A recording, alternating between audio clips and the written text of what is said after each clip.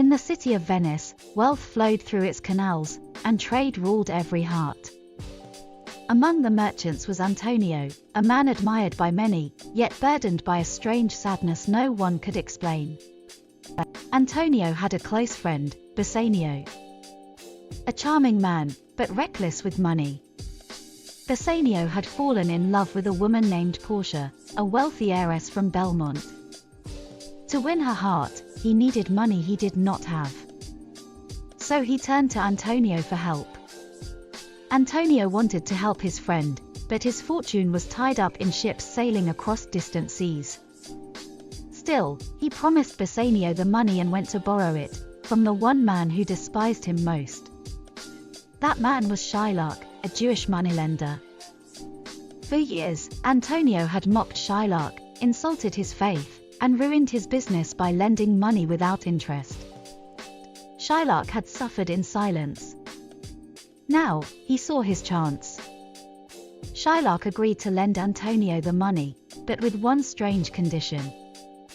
If Antonio failed to repay the loan in 3 months, Shylock could claim a pound of Antonio's flesh. Antonio laughed. He was certain his ships would return long before then. Confidently, he signed the bond. Meanwhile, in Belmont, Portia waited for her suitors. But she couldn't choose freely, her late father had set a test. 3 caskets stood before every man who sought her hand, 1 gold, 1 silver, and 1 lead. Inside one of them was Portia's portrait, and whoever chose correctly would win her. Princes came from distant lands. They chose gold, then silver, both failed. Then Bassanio arrived. He studied the inscriptions carefully and chose the humble lead casket. Inside was Portia's picture, and with it, her heart. But joy turned quickly to fear. A letter arrived from Venice. Antonio's ships were lost at sea. His fortune was gone, and the bond was due. Shylock demanded his pound of flesh. The lovers rushed to Venice. In the courtroom, the Duke pleaded for mercy, but Shylock refused. He demanded justice. He spoke coldly and firmly. Antonio had broken the bond. The law was clear. He would have his payment. No amount of gold could persuade him to stop. The courtroom fell silent. Then, a young lawyer entered, Balthazar. None knew it was Portia, disguised as a man. She stood before the court and spoke, "The quality of mercy is not strained. It droppeth as the gentle rain from heaven."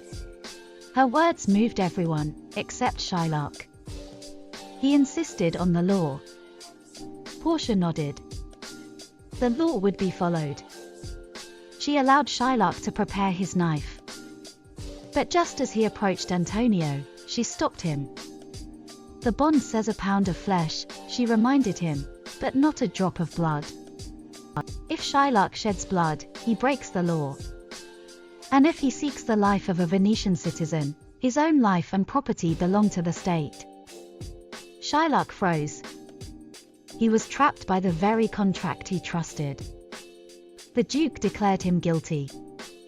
Half his fortune went to Antonio, the other half to the state. Antonio spared his life, but forced him to convert to Christianity. Broken and humiliated, Shylock left the court defeated. Back in Belmont, peace returned. Portia revealed her disguise. She and Bassanio reunited in laughter and love. News arrived that some of Antonio's ships had survived. His wealth was restored. But beneath the celebration lay something darker. Shylock's pain echoed through the silence. Mercy had triumphed, but it had not healed. The story of the merchant of Venice is more than a tale of debt and gold. It is a story of justice and mercy, love and hatred, pride and prejudice. Shylock is both villain and victim. Antonio, both kind and cruel. Portia, both wise and bound by her world. And as the final lines fade, one question remains: when mercy must be forced, is it mercy at all?